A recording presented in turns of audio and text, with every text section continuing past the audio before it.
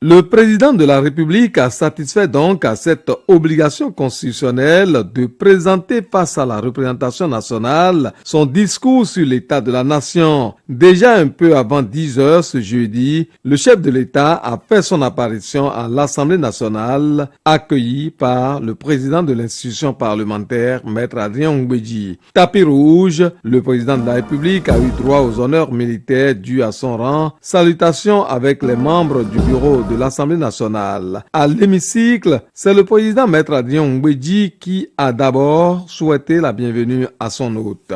Le président de la République, dans son adresse à la représentation nationale, a retracé le bilan de l'année 2018 en termes de réalisation et de performances enregistrées avant d'évoquer des projections pour l'année 2019. Le chef de l'État a peint plusieurs secteurs, entre autres la sécurité, le secteur de la santé, les infrastructures routières, le monde agricole, sans oublier le système éducatif, avec des réformes bien perçues. Qui le paralysait et plombait les performances des apprenants, l'insuffisance des infrastructures, la nature de la qualité des enseignants posait et pose encore problème. C'est pourquoi le gouvernement a initié l'évaluation des enseignants de la maternelle, du primaire et du secondaire général avec pour objectif l'identification et la satisfaction des besoins réels de formation pour de meilleures performances au profit de l'école béninoise. Bien plus, grâce à la réforme des allocations universitaires, le nombre de bénéficiaires a plus que doublé, passant de 14 000 à 30 000 étudiants environ.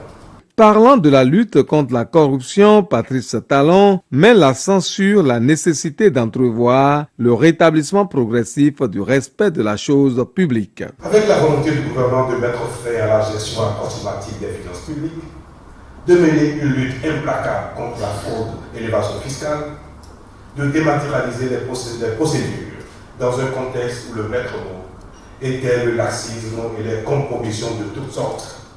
Il va sans dire que toute action visant à instaurer la rigueur, la transparence, est forcément perçue comme trop contraignante.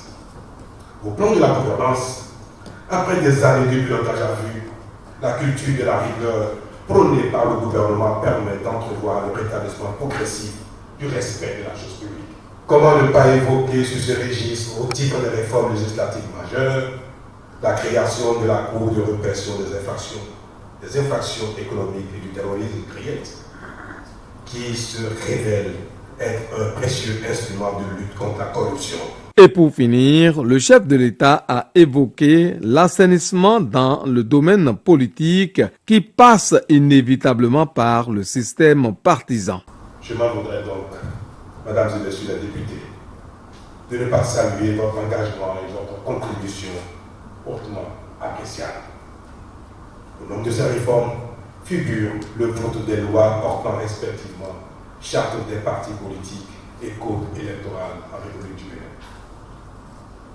Si la première a déjà commencé à produire ses effets avec la recomposition qualitative avancée du paysage politique, ceux de la seconde seront mis en évidence à l'occasion des élections législatives de l'année prochaine pour lesquelles mon gouvernement jouera pleinement sa partition. Les salutations d'usage ont mis fin à cette troisième visite du chef de l'État Patrice Talon au Parlement pour son message au peuple béninois depuis le palais des gouverneurs, un message sur l'état de la nation.